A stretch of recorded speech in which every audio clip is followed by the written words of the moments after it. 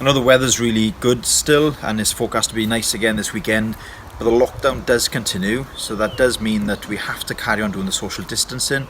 It's going to remain for a little while longer yet.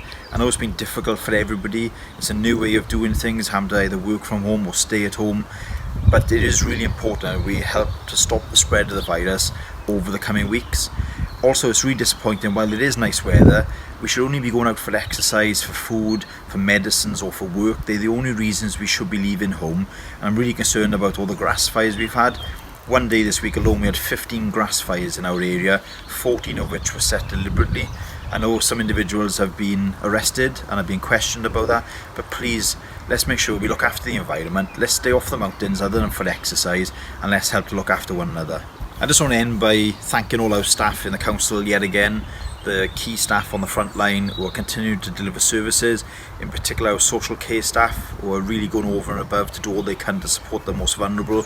There's a huge amount of good work going on right now, working with volunteers, supporting people out there on the ground. I am really grateful, and I think that the public do appreciate what our staff are doing at a really difficult time.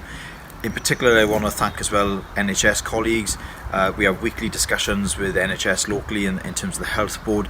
There is a huge effort going on right now, so the biggest thing we can do to help all those key workers and NHS workers is to stay home, help keep the pressure off them, and let's help save lives.